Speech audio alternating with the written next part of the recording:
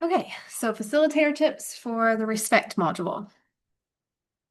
So the first one, when we're asking them to identify their strengths, it's helpful to acknowledge that some people significantly struggle with identifying anything positive about themselves, including their strengths.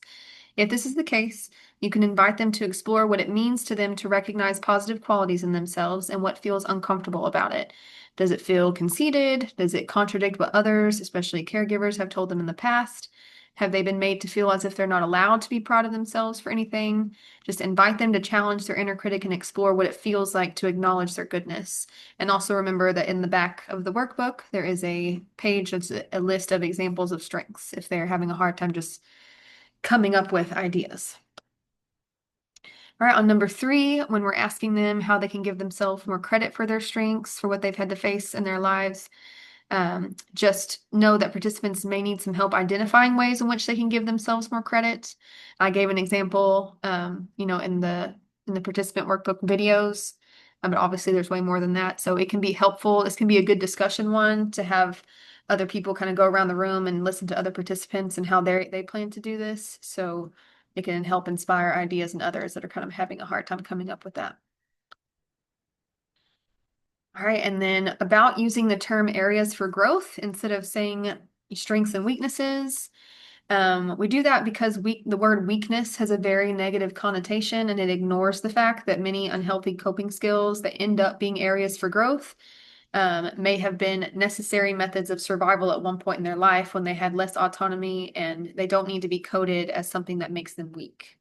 So instead of, because just that term in general, as we know, has been used in a really derogatory way in our society. So instead of saying weakness, we just switch it to areas for growth. Okay.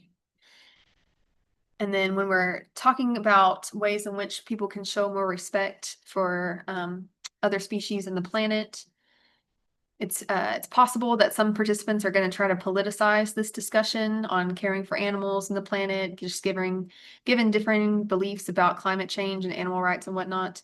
So you can emphasize that within each belief system, there are always ways that we can be more respectful. So for example, even if someone like doesn't believe in climate change science or anything like that, they can still respect the planet by not throwing trash on the ground and helping to keep their community clean. This would also be a good time to model respect for differing beliefs by engaging in respectful and peaceful discussions and moving away from topics that are likely to only result in division and disconnection from one another. Because that's the point of walking in balance. We don't want to exclude anybody or make anybody or start conflict or contribute more to this like very divided mindset that we have in this country right now. We want to focus on topics that unite us, that show where we have commonalities, and that's the stuff that we want to focus on the most. So,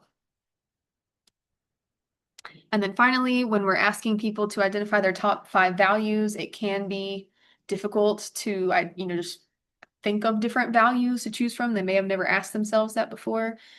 So if they struggle with that, or if you want to provide some examples, there's many lists online. You can just, Google values lists and lots of things will come up. But one that's pretty comprehensive that comes from ACT, because acceptance and commitment therapy, which I talked about before, a big practice within that modality is identifying your values and trying to figure out like, how well you live within them, what you can do to kind of live within them more, stuff like that. And so there's a resource there that I've linked to a PDF that has a pretty comprehensive list of values, if that's helpful.